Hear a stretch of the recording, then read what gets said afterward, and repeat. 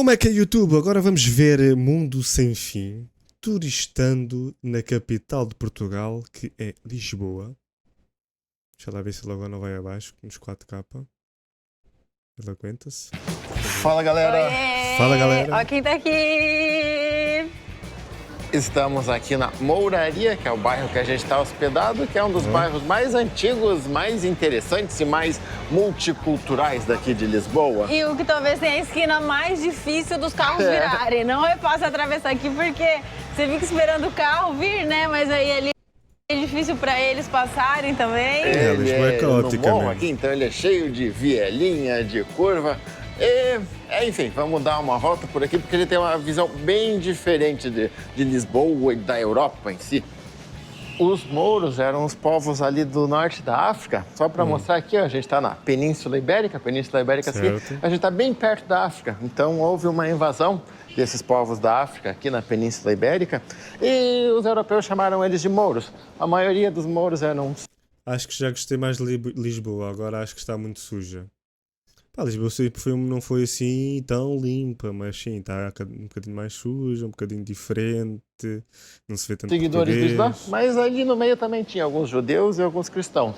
E aí há quem se refira aos Imigração mouros descontrolada. somente aos muçulmanos, né, dessa invasão, Por acaso está bem suja, foda-se, eu lembro que a gente foi a Lisboa não vi nada disso. Porra. chamam que até os muito que sujo, moravam aqui, mas que se converteram ao Islã, chamavam de Caralho, mouros tá também. muito sujo, Mas né? enfim, o mouro vem o termo dessa invasão. E quando os cristãos reconquistaram essa região, reconquistaram Lisboa, esses mouros foram confinados nesse bairro. Por isso que esse bairro ficou chamado de Mouraria.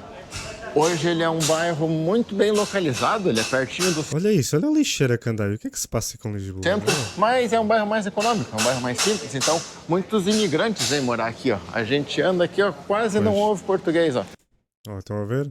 Nem é preciso eu falar, basta... quem vai lá de fora já sente isso. Pode ver que a maioria das pessoas são de outras nacionalidades.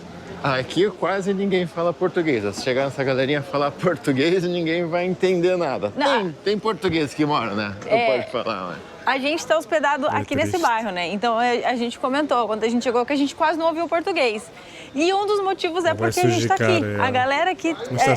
Você vai ouvir muito mais inglês, vai ouvir indiano, vai ouvir o idioma de Bangladesh, porque acho que tem bastante gente do Bangladesh. Caralho, ela falou indiano em Bangladesh, já olhou logo. Aqui você vai ouvir muito mais isso do que português. E aqui, ó, deixa eu mostrar pra vocês aqui o negócio. Olha Vem isso, cá, mano, amor. Lisboa tá Rapidinho. dominada. Desculpa, moço. Ó, tem várias, as coisinhas estão escritas aqui todos em outro Olha isso.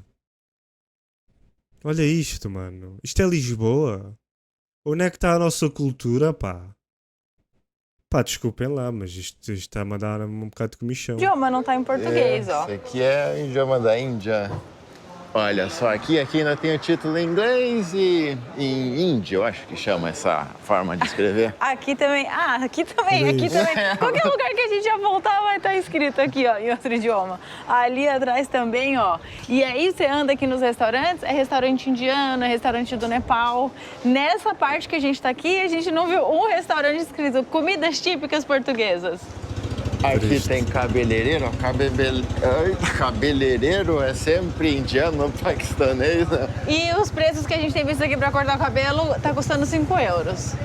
Algumas pessoas de Lisboa mesmo falaram que esse bairro é um pouco perigoso, que é para tomar cuidado. Nós saímos de dia, de noite, nunca sentimos nada assim de perigoso. E onde é que estão os portugueses? Exato. Ali de gente negociando umas substâncias.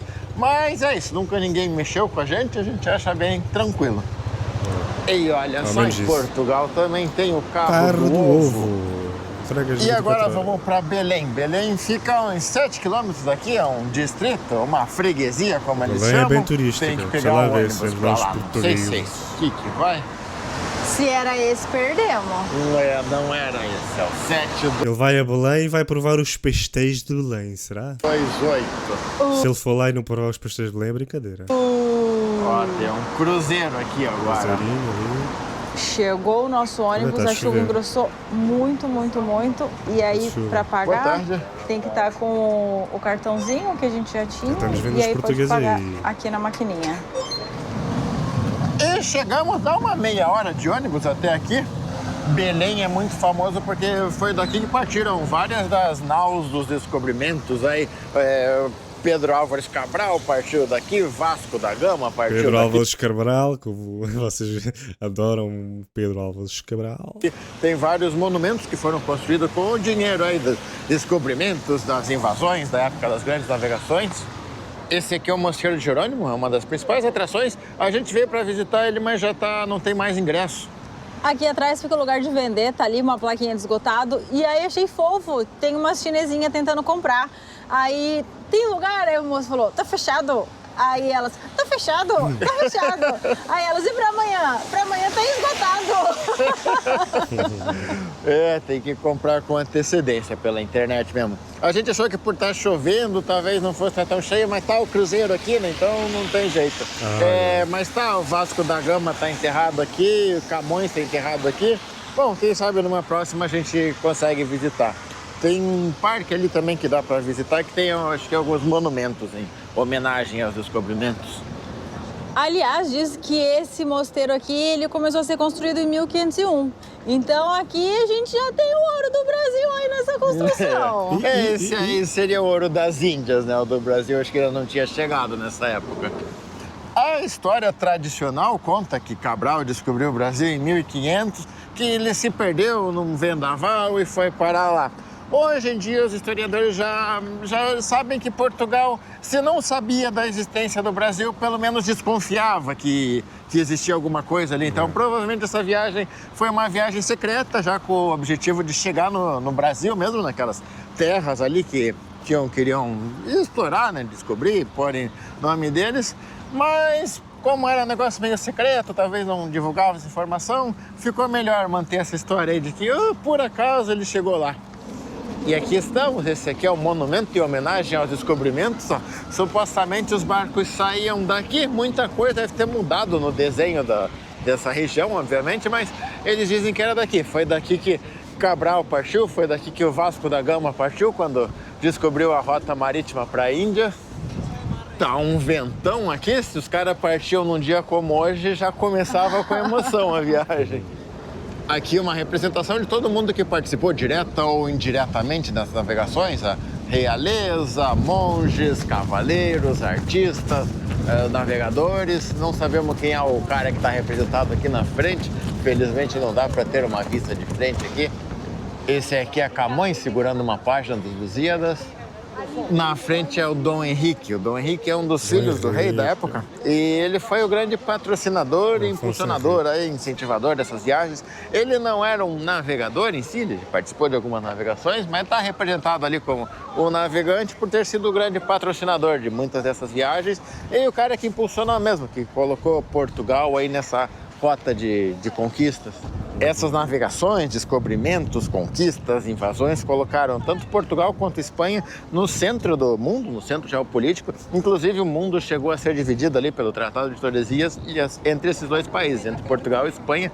Aqui tem uma representação do mapa, vamos ver se aqui tem o Tratado de Tordesilhas. Acho que não, só um mapa representando mesmo algumas navegações que foram feitas.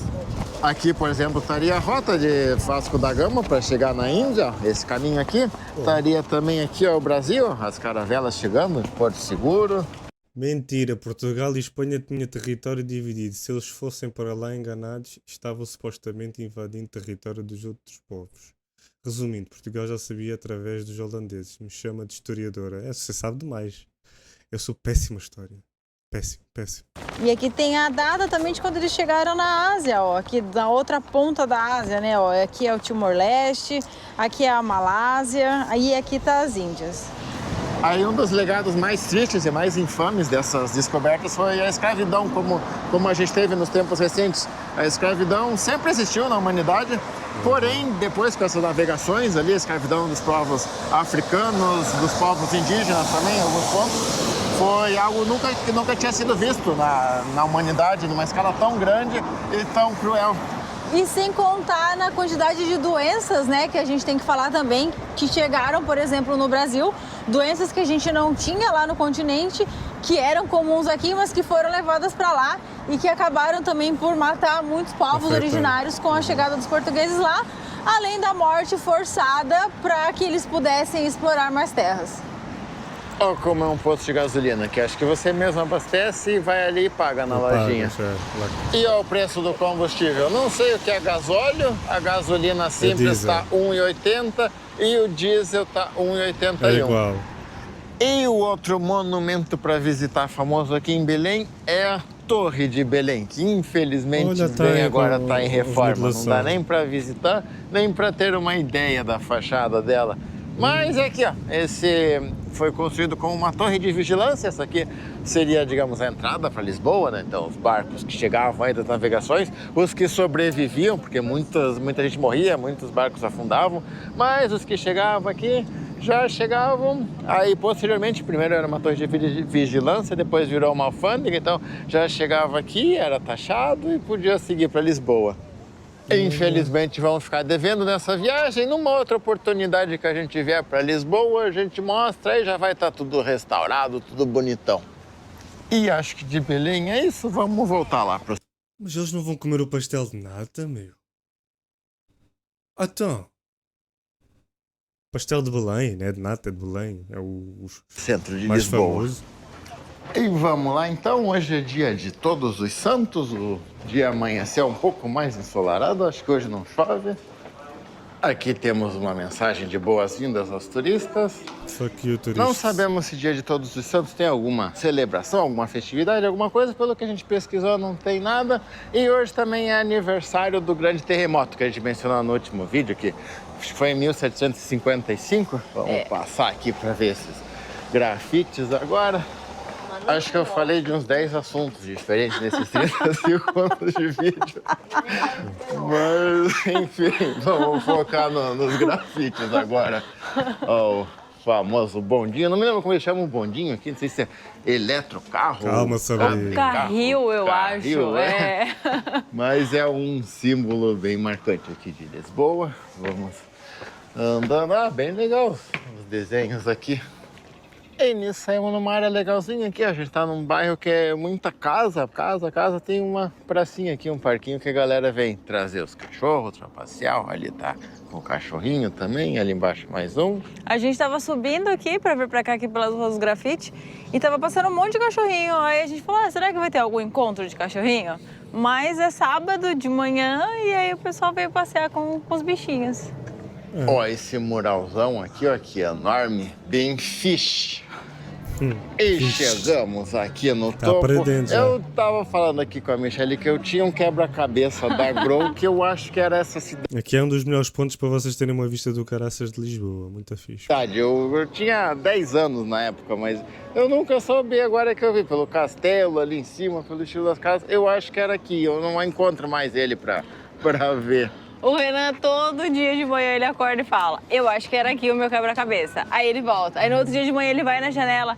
Não, eu tenho certeza que era aqui o meu quebra-cabeça, porque eu me lembro dessas casas e não sei o quê. Aí hoje ele olhou e falou, não, o meu quebra-cabeça era daqui, só que tinha menos verde, tinha mais verde na época do meu quebra-cabeça. Eu acho que eu não tinha essas casas aqui. Mas ele concluiu que finalmente era daqui o quebra-cabeça dele. E sobre essa vista, ó, o Mário Merda passou aqui e deu a opinião dele, ó. Esta vista não vale um... Não, e sabe o que é engraçado? É porque como as coisas estão em português, a gente consegue entender.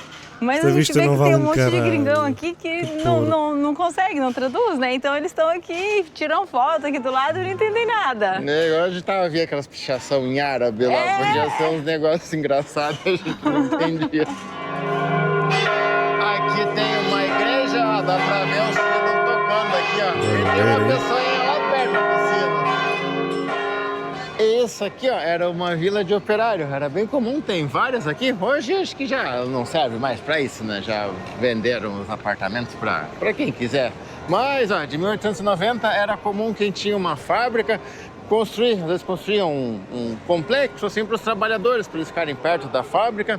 E aí tem gente que diz que era filantropia, né? Ó, que legal, o cara ali construindo um negócio para os trabalhadores. Outros diziam que era para manter o controle, né? Deixar sempre o cara ali na dependência. Mas, enfim, eles construíam, eram apartamentos de um padrão melhorzinho e alugavam por um preço barato para os funcionários. A gente bem achou que podia entrar, estávamos felizes indo atravessar a rua, mas não pode, estava aberto só temporariamente, o carinha acabou de fechar o portão. É que apesar de ser histórico, é interessante visitar, mas a galera mora aí, né? Então imagina, se mora num condomínio, a galera fica entrando lá para tirar foto. Essa é uma das questões com o turismo, né? A galera ficar entrando ali, tirando foto. Vocês viram ali, né, a pichação que a gente mostrou? Também tem, principalmente na Espanha, tá? Aqui em Portugal vimos aquilo ali, mas na Espanha a gente ouve falar muito da galera que tá de saco cheio com o turista. O turismo, parece que Portugal e Espanha ficaram muito de moda recentemente, então teve um turismo massivo. O turismo é bom que é um dinheiro que basicamente só entra, né? O turista vai lá, gasta dinheiro e vai embora. Porém, esse dinheiro precisa ser bem administrado, senão as coisas ficam caras no país e aí o cara que às vezes não trabalha com o turismo fala, pô, ficou tudo caro e eu não ganhei nada desse dinheiro. Às vezes a melhoria vem aí na questão da segurança, da infraestrutura, mas o cara não percebe, né? Então ele só vê, puta, ficou tudo caro, não gosto de turista. Questão da segurança principalmente, porque nenhum governo quer um turista sendo roubado no seu país, na sua cidade. Se é a população local, não importa, mas não, onde tem turista vamos policiar bem, porque não queremos que o turista saia falando mal. Então acaba que as áreas vão ficando mais seguras por conta do turismo. Mas é real também que o custo de vida nas regiões que chegam muito turistas sobem. Então, por exemplo, um restaurantinho aqui que de repente um vovozinho e uma vovozinha vinham comer por 5 euros. Começou a chegar um monte de turista, aqui chega cruzeiro. Então, quando a galera vê cruzeiro, o olho já brilha. Então, aquela comidinha de 5 reais, de repente ficou 8, de repente ficou 9, quando você vê tá 10. E aí aquele vovozinho, aquela vovozinha já não tem mais condições de comer ali. E também muda a comida, né? O turista às vezes quer comer hambúrguer, quer comer pizza, e um lugar que vendia uma comida bem típica acaba vendendo pizza, vendendo comida mais internacionalizada. Aqui tem o fado. O fado é uma música típica portuguesa, era uma música no começo ali de classe mais baixa. Muitas das cantoras de fado eram prostitutas, inclusive. E aí agora não, né? Agora virou um negócio de moda, a gente quis ver um fado, mas é assim, é muito caro e você chega na frente do lugar, tá escrito em inglês, não tem nem menu em português, tá só em inglês ali. Aí o carinha que gostava de um fado chega lá, não tem dinheiro para pagar e se for pagar não consegue dançar com ninguém porque é só gringo, então gera essa situação, por isso que a gente fala aqui. Mas fado não é para dançar, ele não sabe, mas não se dança fado. O governo precisa gerenciar bem, né? Para que a população acabe não ficando em desvantagem em relação ao turista. Escutar. E só para concluir, assim, sobre esse negócio de turismo, a gente está viajando na Europa, já tem um tempo, a gente vai e volta, mas nós dois, pelo menos, e o Mocovinha agora, como turistas, fomos bem tratados o tempo todo. Acho que é importante dizer, existe um movimento contra, assim como existe um movimento da galera racista, da galera homofóbica, etc e tal, existe um movimento contra o turista, mas eu acho que a gente foi bem tratado o tempo todo. E geralmente, assim, também, né, esses casos, às vezes o turista tá tirando uma foto de uma pessoa ali, sem respeitar, né? Aí o cara se enfada e põe só o corte ali do cara brabo com o turista. Lógico, tem situação que não, né? Tem situação que o turista pode ser agredido de graça. Mas também tem às vezes os turistas que não respeitam a cultura, não respeitam o negócio, a galera se enfada também. E aí, aproveitando o gancho que o Renan falou do fado, né? O fado aqui continua sendo super importante. E aqui tem até o mural, que é em homenagem a uma cantora bem famosa de fado aqui de Portugal. E se você alugar carro aqui, é bom ficar esperto. Tem umas áreas da cidade que é fechada. Só pode entrar o carro específico, às vezes carro que vai dar manutenção ou de morador. E aí o cara bate o cartãozinho, entra e às vezes tem vídeo também do carro tentando passar junto, ficar preso aqui. Ou então, às vezes, você entra num horário que pode, depois vai sair e tá com o negócio, não consegue sair. Aqui eu acho que já é o lugar, ó, zona de acesso ao automóvel condicionado. Então, provavelmente, para descer, você vai ter que encostar o cartãozinho aqui, ó, para poder sair. Bate cartão aqui e abre o negócio. E essa casa aqui, ó, é uma das mais antigas de Lisboa. Alguns dizem até que é a mais antiga, a gente falou do grande terremoto. Caralho, eu sabia que havia essa casa lá. Nunca tinha visto uma casa, mesmo casa, no centro de Lisboa. What? É mesmo uma casa, a primeira casa que eu vi. Ali de 1755. Ela foi uma das poucas que sobreviveu. E tá aí, então, os marcos da história. E diz que ela é uma das poucas que estão em pé ainda, porque justamente mesmo, porque ela é é só pequenininha, né? apartamentos. Foi feito remodelação com o passar dos anos, mas por ela ser pequenininha e não ser tão grande, a estrutura não ficou tão danificada. É legal, ela até destoa bastante, né, das outras da região. Vamos virar pra cá, Nice, ó, pra nice. vocês terem ideia. É tudo prédio. Exato. E olha o que a gente falou, ó, esse Nunca moço tinha entrou com o carro reparado aqui, nisso. entrou enganado, ele viu que tem um negócio aqui, ele tá dando ré pra poder sair. Ainda bem que ele não virou no gás, hein? Já se você tivesse virado no gás, pum. Mas não, ele veio devagarzinho e agora tá voltando. Entramos aqui numa igreja para dar uma olhada de como é, tá? Vou Amém. mostrar para vocês. Não vamos filmar ela muito porque a gente ainda quer mostrar muitas outras igrejas. Deixa eu trazer o microfone para mais perto.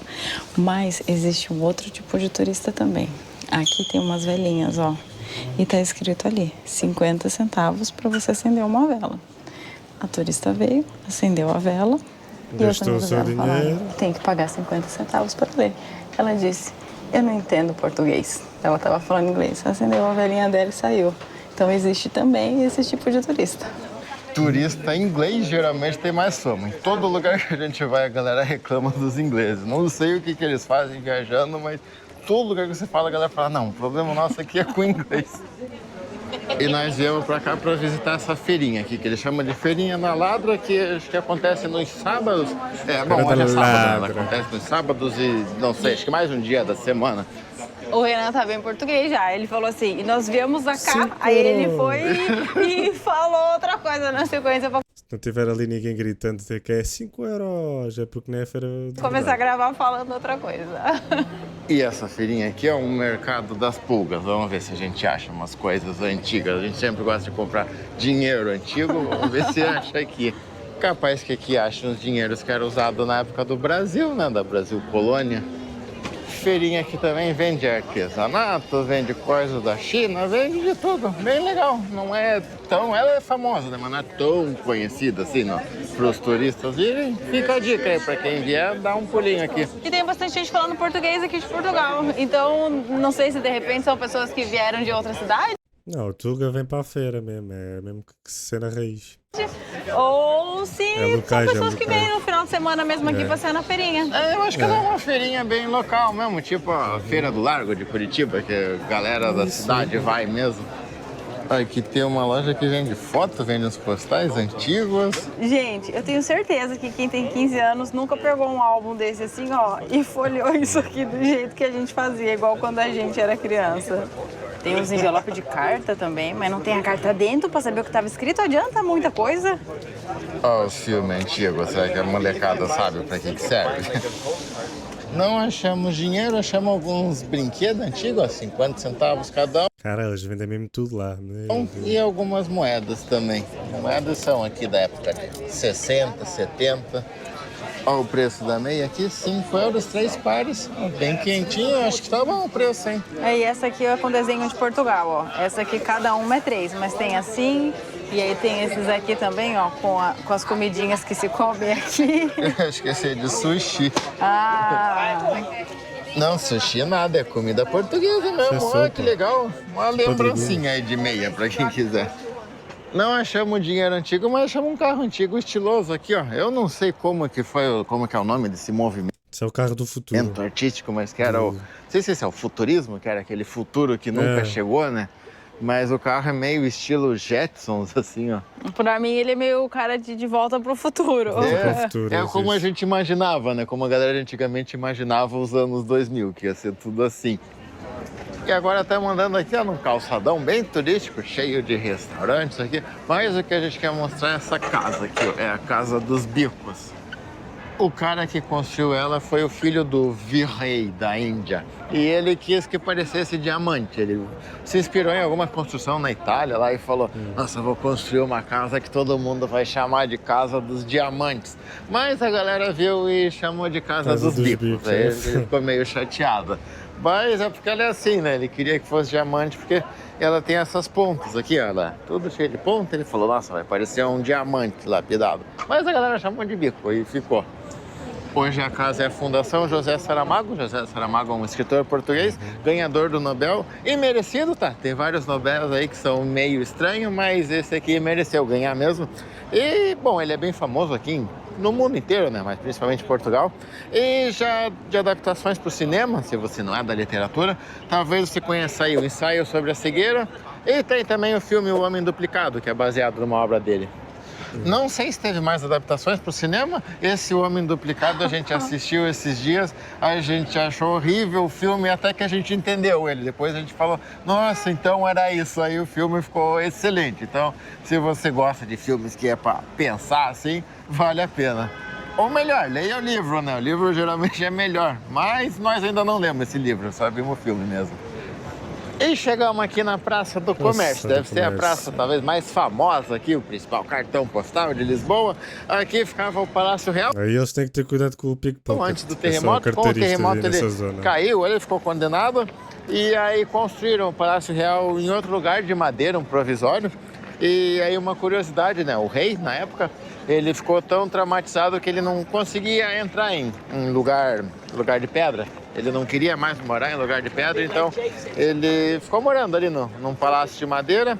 Só que esse palácio acabou depois pegando fogo também e aí construíram um de pedra. Mas aí o rei já tinha morrido.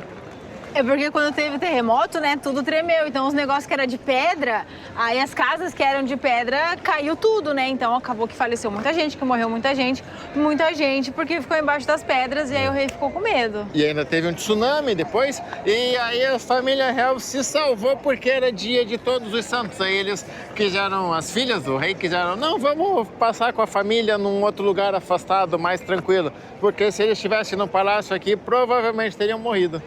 E a gente estava lendo aqui sobre esse terremoto, diz que a cidade ficou em chamas por mais ou menos uns 6 dias. E, né, no artigo que a gente leu diz, Lisboa ardeu em chamas por 6 dias.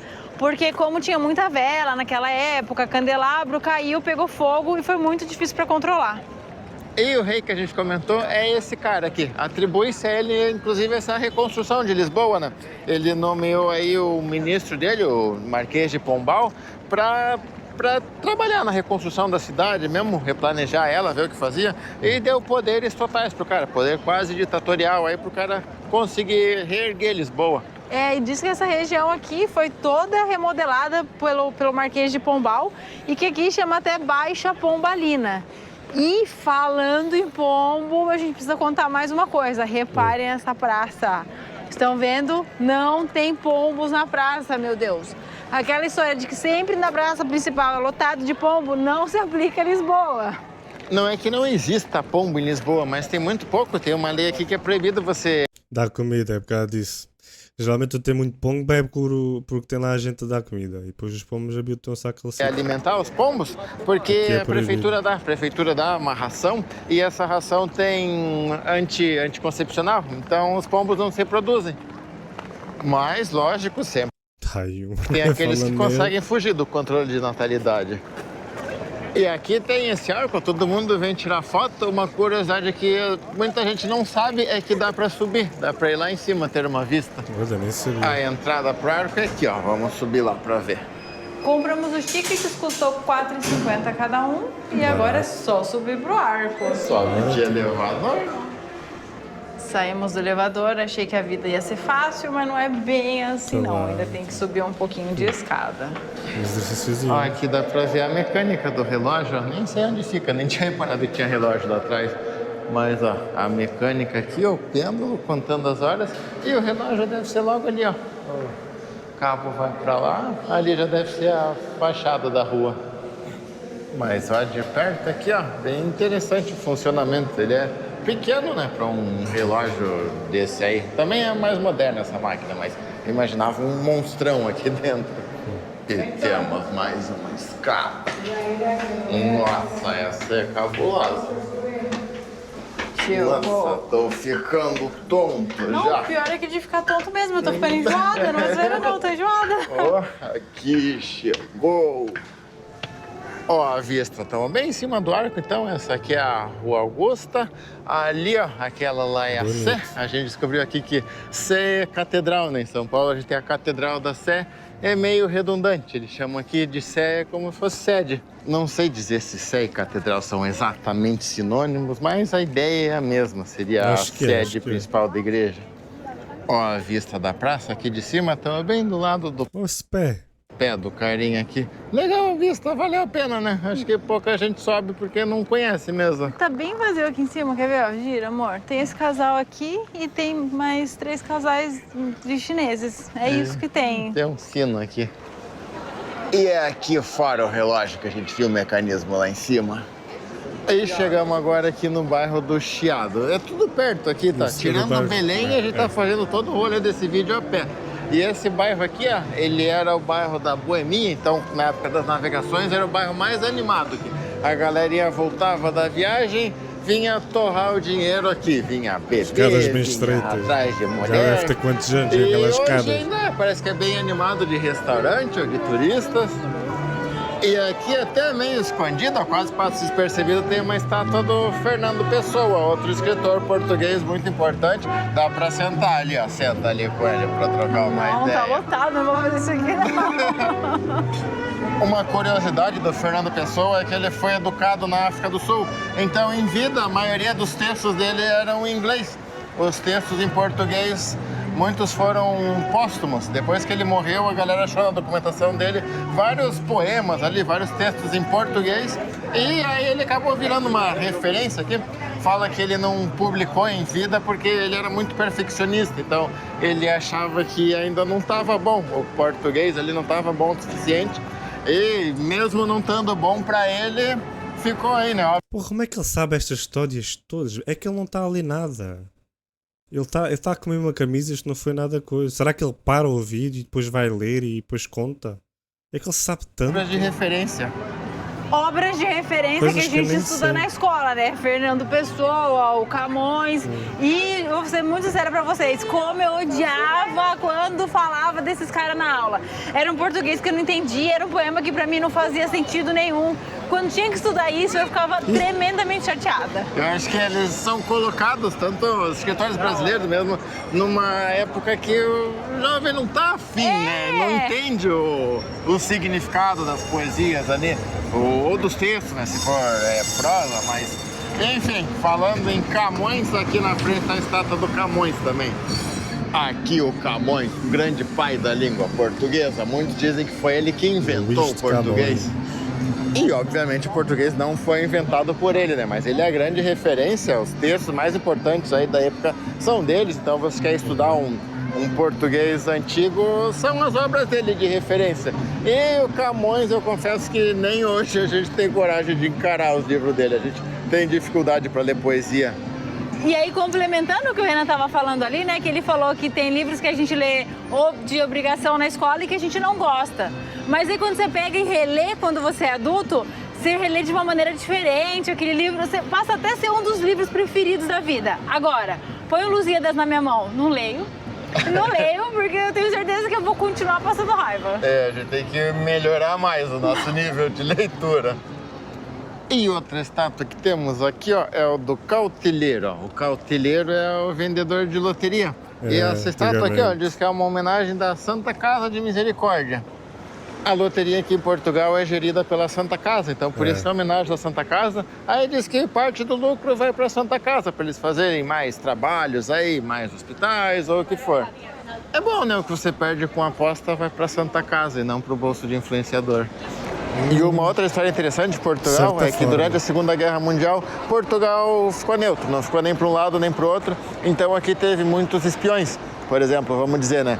Você tinha um agente duplo alemão, queria passar informação para um agente inglês, aí para esse agente duplo ir para a Inglaterra era muito perigoso, ele podia ir lá e ser preso, podia voltar para a Alemanha e ser interrogado, ou o cara da Inglaterra também ir para a Alemanha, podia ser preso lá. Então eles iam para Portugal, que aqui eles não corriam risco de ser preso, né? Ele ia falar, eu sou alemão, tudo bem, eu sou inglês, sem problemas. E aí muitos se hospedavam nesse hotel aqui, e esse hotel diz que era um lugar que você, James Bond aí, por exemplo, o James Bond da vida real estaria aí ia se encontrar com uma espiã alemã, aí rolava aquele romance, né? Lógico no filme, né? Mas na vida real era um local que vinham mesmo espiões, jornalistas vinham aqui. Inclusive, diz que o Cassino Royale, o primeiro 007 lá, foi inspirado num cassino que tem aqui, que também era um cassino que os espiões iam. Tem inclusive uma lenda que tinha um caminho secreto aqui do hotel que o carinha já conseguia pegar o trem sem serviço, sem sair na rua. A estação do metrô é bem aqui, ó, bem na frente. Não sei como era na época, se já tinha o metrô, né, como que funcionava, mas eu sei que conta essa lenda aqui. Todo se faz um tour guiado aqui, ele vai passar aqui e vai contar, ó, tem uma lenda que tinha um túnel aqui que o carinha já entrava no trem. Inclusive o ator Leslie Howard, que fez O Vento Levou, ele morreu aqui, morreu num voo saindo de Portugal, que foi abatido pelos alemães. Não se sabe por quê, alguns dizem que os alemães confundiram, outros dizem que um dos caras que estava no voo era parecido com o Winston Churchill, aí por isso foi abatido. Outros dizem que o alvo era o ator mesmo, que o ator era um agente secreto também. Enfim, mas é interessante, ele morreu nesse cenário aqui de espionagem da Segunda Guerra Mundial. Olha lá. A estação Rossio é aqui, ó. É esse prédio aqui e aqui é o hotel. Então agora faz sentido, ó. Capaz que tinha uma passagem secreta por aqui mesmo. O cara já vinha, pegava o trem, o bonde, o que fosse, e não precisava sair na rua. E por hoje é isso então, galera. Até a próxima! Oh, eles têm que fazer um vídeo a comer as comidas de lá, pá. O melhor é a pichação no muro. A polícia é igual à saudade. Bate do nada. Onde é que está essa porra? Eu não vi isso.